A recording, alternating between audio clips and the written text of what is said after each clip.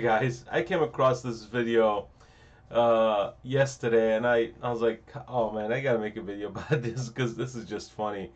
The school thing it's following me all over the place, which is fine. I rather fight for my kids than anything at this point. But man, this story this story is this story is interesting.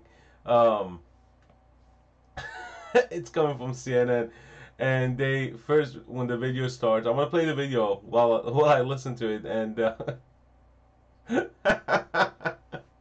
this is out in Illinois. Just listen to the school board member when she talks. Then we'll come back and we'll discuss it. Let's play the video. A school board member in St. Charles, Illinois, resigning after what she calls unrelenting harassment from community members who don't agree with the board's views on in-person learning, mask requirements, and other issues. My next guest claims that she has been harassed all sorts of different ways, and a warning that we do have an image here that may be disturbing for some, but we want to show you something that she's dealt with here. This is a dead mouse left at the doorstep of her home. That's on She joins us now, Caroline Weibel with us. Caroline, I want to thank you for being with us. I think it's important that people know what it is you're dealing with just to be on the school board. You've since resigned, but just tell us about the kind of harassment that you've endured. Thank you, Brianna, for inviting me here today, first off. So it has come in lots of different forms. This is my second term. I was first elected in 2017. So my second term here is 2021. Some of the harassment has been online, unrelenting online social media attacks. That's pretty typical for a elected official these days. But they've crossed the line into. Guys, look at her eyes. She's reading from a script. Just pay attention to her eyes. Personal, family, discriminatory posts. There's threatening and harassing emails.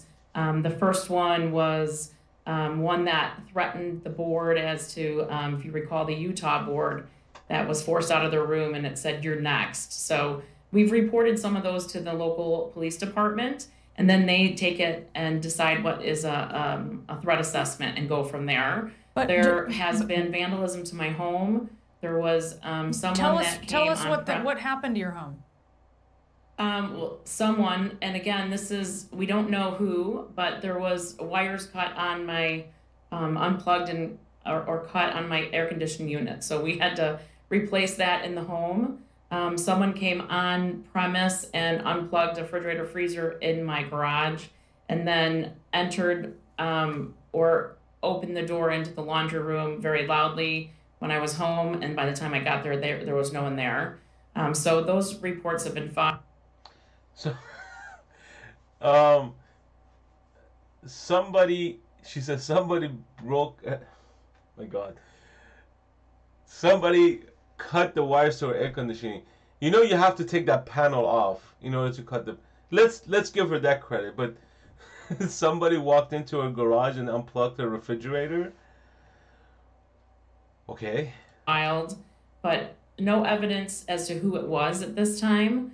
But all intimidation tactics, if it was no one there, my garage, and then entered or opened the door into the laundry room very loudly when I was home, and by the time I got there was no one there. So those reports have been filed, but no evidence as to who it was at this time. Okay.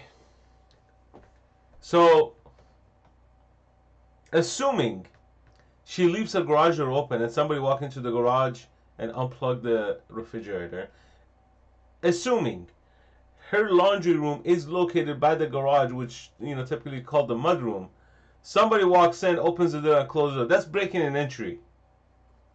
Okay? So at no point she gives a time of what time this happened. Let's finish the video.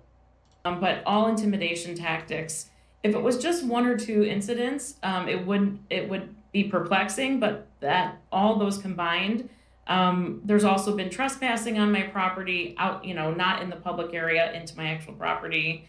I have a video doorbell that's picked up some of this. We've had, as you said, the dead rodents. There's also been this community group that has created chaos in our community, has put in claims, unfounded claims, into the Attorney General, the state's attorney. They tried to circulate a petition to recall the board, which is absolutely within their right. But there's no legislation that supports it, and it was unfounded claims of wrongdoing that didn't happen. So it's just been going on for over a year. Yeah. In addition into the personal things in our homes.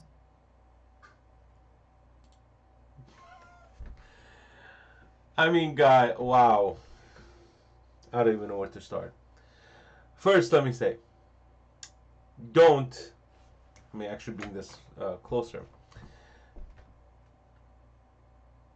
Don't threaten anybody's life. Now, the claims she's making, unless she leaves her doors open all the time, to include her garage, laundry room, X, Y, and Z. She just tried to play a victim because she was ousted from the school board.